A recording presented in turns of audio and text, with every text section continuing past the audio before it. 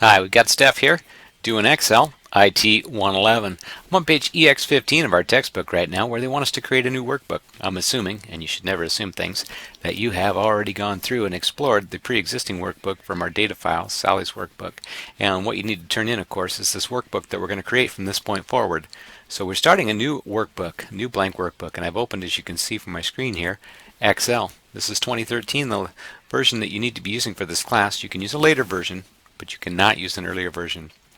On the ribbon, let's click File. Up here you'll notice you got the File tab. Click on the File tab. And this is the Backstage view. Click New in the navigation bar to display the New screen. So let's go over there and click New. And then click the blank workbook title. Blank workbook right here. See that? I'm going to open a blank workbook, and there it is. So in these tutorials it says the view is 120%. If you look at mine down here, it's at 100%. I think that's going to suffice, but if you want it bigger, just slide that bar up and you can have it at 95, 85, 120%, whatever you like. So use the plus sign, 160%. All depends on our vision. So I'll put it at 120% like the book says, and we'll turn to page EX16. Rename the worksheet. So I'm going to double click the Sheet 1 tab right here. And I'm going to type in the words customer order. That's the new name of that. If I hit the enter key, the width of the tab should expand to accept the text that I've typed in. Now, we're going to insert and name the documentation and customer contact worksheets. To the right of the customer order sheet tab, let's click the new sheet tab. See where it says new sheet? On the new sheet button, sheet 2.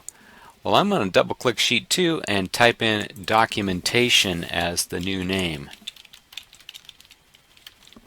Check my spelling. And then hit the enter key. And to the right, I'll push the new sheet button again one more time.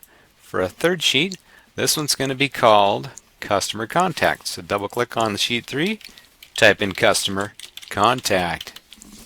Hit the enter key. Alright.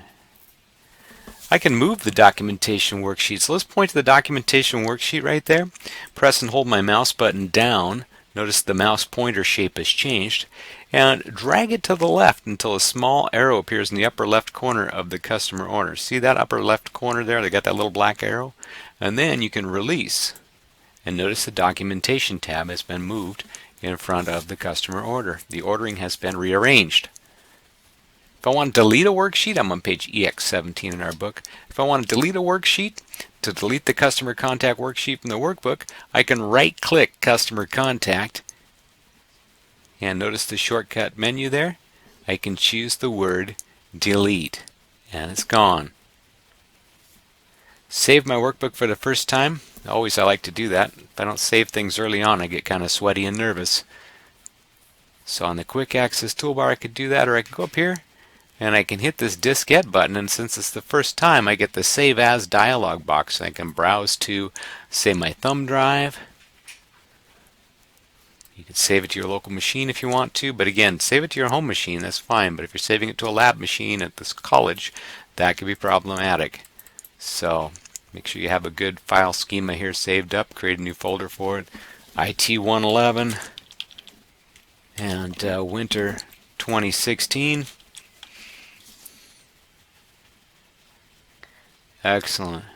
And the file name on this would be, whoops.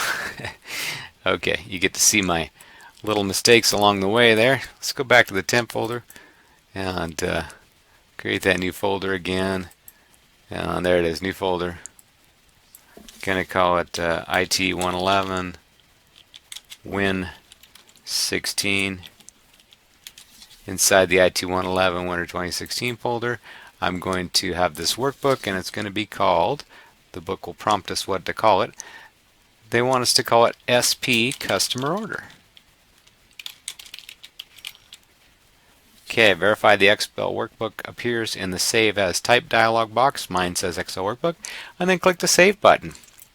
Congratulations, you guys. We have just done a couple pages in our tutorial. You're starting to see now where the information in the tan boxes, those are the steps that we accomplish, and we'll continue on the tan boxes all the way until we get to the end of the chapter.